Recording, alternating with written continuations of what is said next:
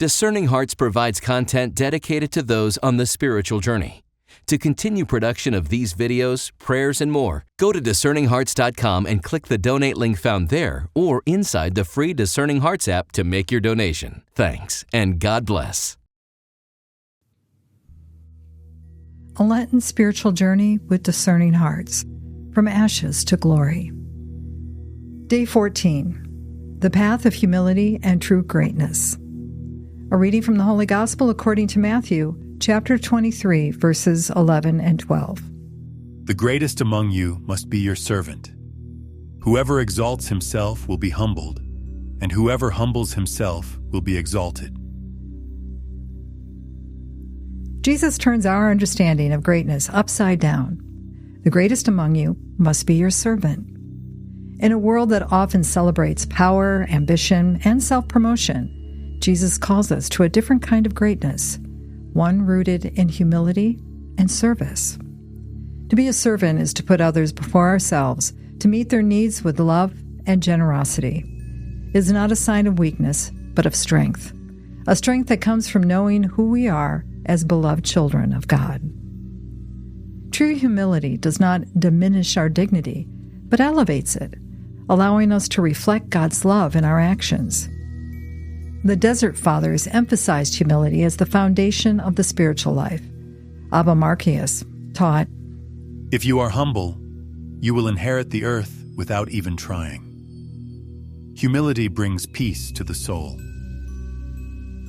St. Bernard of Clairvaux, one of the great teachers of humility, reminds us, No spiritual house can stand if humility is not its foundation.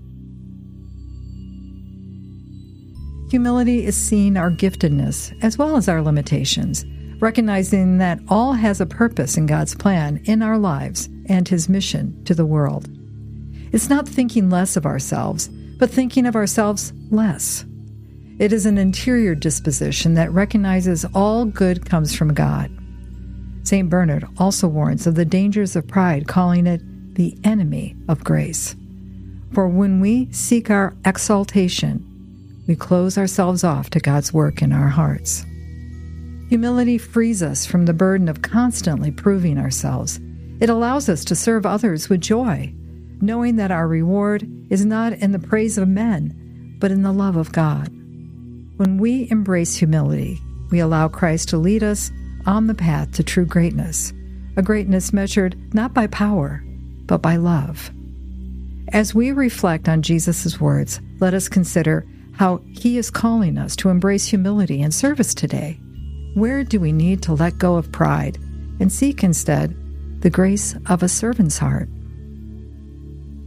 The greatest among you must be your servant.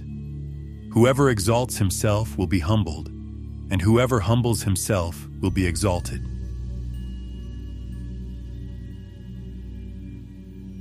How can I embrace humility in my daily life?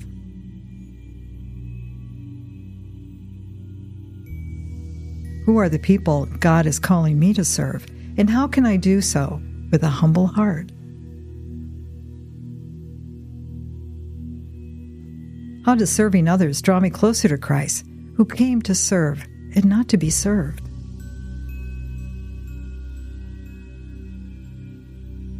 In what areas of my life do I struggle with pride, and how can I surrender them to God?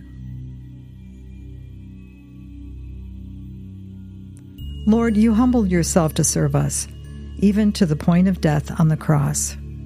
Teach us to follow your example, embracing humility and seeking greatness in service. Help us to put others before ourselves and to love as you love. May our lives reflect your light and bring glory to your name. Amen.